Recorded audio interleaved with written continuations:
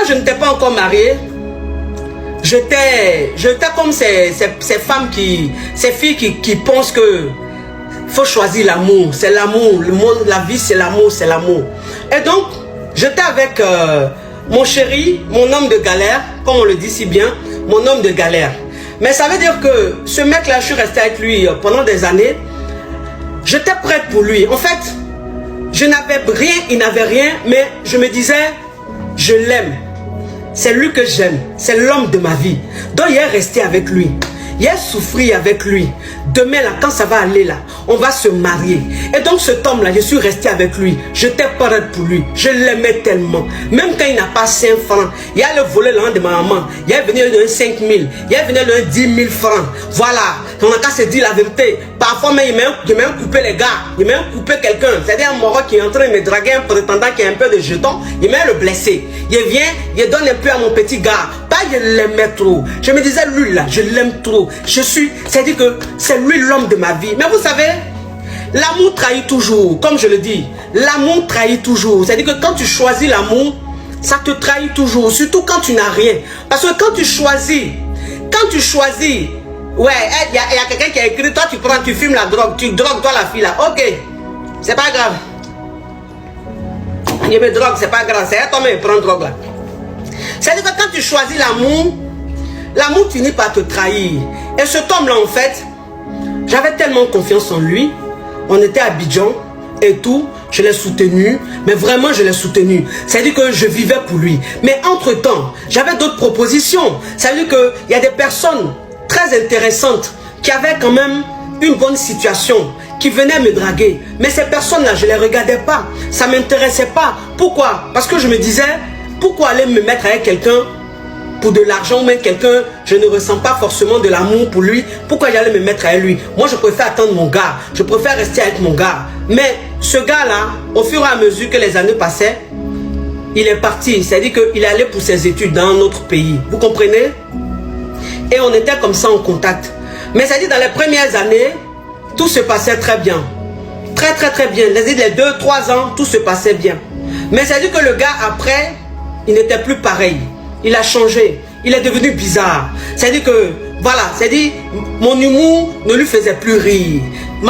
Mes appels même ne l'arrangeaient plus trop. Vous comprenez? Et même quand on se retrouvait, j'avais l'impression qu'il avait tout le temps envie de venir, de me mourir vite fait, puis partir. Et donc, c'est-à-dire, je voyais ça comme un cauchemar. Je me disais, mais, son comportement a changé. Hein? Mais lui là, lui au moins s'est promis mariage. Il dit, il va me marier, il m'a promis tout. Avant même qu'on se sépare, là, il a juré sur tout, sur ses parents, que moi là, il va me marier. Tout, que c'est moi qui l'aime. Mais pourquoi il se comporte comme ça? Pourquoi il se comporte comme ça?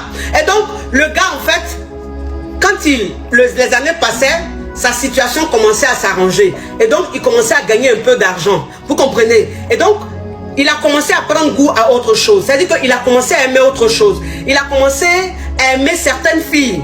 C'est voilà, un genre de fille. Il a commencé à aimer ce genre de fille-là. Et donc, il ne voulait pas sortir avec moi. C'est-à-dire qu'on restait ensemble dans le quartier. Dans le quartier, on est ensemble, tout.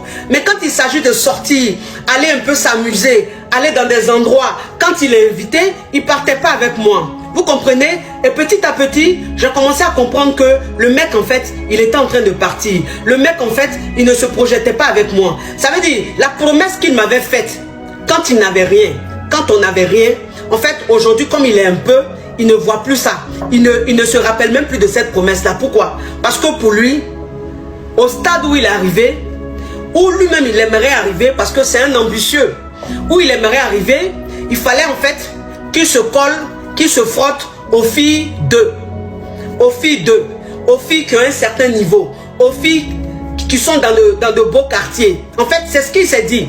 Et donc, moi qui étais une jeune fille de Yopougon, bas quartier, il s'est dit, bon, celle-là, avec l'avenir que je vois, c'est que je veux faire, celle-là, elle ne m'arrange pas. Déjà, au niveau études, elle n'est pas arrivée très très loin dans les études. Voilà, c'est-à-dire qu'elle n'a pas les bac plus 5, elle n'a pas les bac plus 10. Moi, je suis allé faire mes études en Europe, je suis rentré. C'est pas avec celle-là, il y a me mettre quand même. En temps à Cocody, en temps ici, voilà les filles d'eux. Les enfants des ministres, voilà des filles qui ont tous les diplômes. Moi, il a fait quoi avec celle-là? Vous comprenez un peu? Dans le Maroc même, c'est dit que celle-là, il a commencé à voir la différence. et le mec qui m'a jeté. C'est-à-dire que quand on dit jeter là, parce que ça là, je peux appeler ça jeter. C'est-à-dire que quand tu fais genre, tu es avec elle et puis tu n'es pas avec elle en réalité. C'est-à-dire que toi-même qui étais la titulaire, toi-même qui étais la femme même qu'on voulait marier là, finalement tu te retrouves genre, tu vois, genre les petits gars du quartier là, genre ta petite du quartier là. C'est-à-dire que tu vas tourner, tu fais ce que tu as à faire, tu t'affiches à une autre go. Maintenant quand tu arrives dans le quartier, tu veux être un peu nostalgique, tu prends ta petite là, et puis vous êtes dans le quartier là. Dans le quartier là quoi, vous mougoussez, vous êtes là comme ça. Voilà, c'est comme ça a commencé à devenir. Et quand ça devient comme ça là, c'est foutaise. Quand ça devient comme ça, c'est foutaise. Et puis il y a des petites, c'est-à-dire il y a des petites paroles, on te fait comprendre, c'est-à-dire on te sort des petites paroles dans le genre, toi aussi. Les années sont passées là. Toi tu attendais quoi pour aller à l'école même? Tu attendais quoi pour vraiment bien étudier? Pourquoi même tu n'as pas eu de diplôme? En fait, il y a des paroles que quand le gars fait sortir là, tu sens même que c'est ce qu'il veut te dire. En fait, il veut te dire que ma chérie, à ton niveau d'études là, ma chérie, toi-même disais que moi, il n'y a pas te marier. Il n'y a pas te marier. Mais, cet homme-là, j'ai tellement eu confiance en lui. J'ai tellement cru en lui. J'ai tellement fait confiance à l'amour. J'ai tellement choisi l'amour. Parce que je me suis dit, il n'allait jamais me trahir. Je me suis dit, il dit qu'il m'aime. C'est-à-dire, ce qu'il dit, il le ressent. Donc, il n'allait pas me trahir. Mais, peut-être qu'il m'aimait. Vous comprenez? Peut-être qu'il m'aimait. Mais, en fait, c'est la réalité. La réalité, c'est quoi?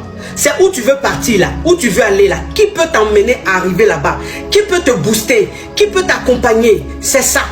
Et donc, c'est l'argent. C'est-à-dire que c'est une personne qui a un peu les moyens, qui peut t'emmener à aller où tu veux aller. Mais celle que tu aimes là, elle n'a rien. Donc, tu vas l'emmener où? Ou bien celui que tu aimes là, il n'a rien. Tu vas l'emmener où? Et donc, la personne a choisi l'argent. La personne a choisi les moyens. Mais aujourd'hui, c'est sûr qu'il regrette. Peut-être. Mais je ne lui en veux pas. Vous comprenez? Je ne lui en veux pas. Pourquoi? Parce que moi-même, si j'étais à sa place, j'allais faire pareil. Franchement, il faut qu'on se dise la vérité. Si j'étais à sa place, j'allais peut-être faire pareil. Parce que c'est le monde d'aujourd'hui. C'est-à-dire que le monde d'aujourd'hui, c'est l'argent. Le monde d'aujourd'hui, c'est ça là. C'est pas l'amour. Parce que l'amour, c'est vrai, tu es dedans. Mais arrivé à un certain moment, ta réalité te rattrape. La réalité, c'est l'impuissance financière. C'est-à-dire, c'est cette façon d'être incapable d'acheter le minimum. Voilà, c'est-à-dire, arrivé à ce moment-là, en fait, tu te ressaisis et puis tu te dis, mais l'amour là même, là, il a fait quoi ça?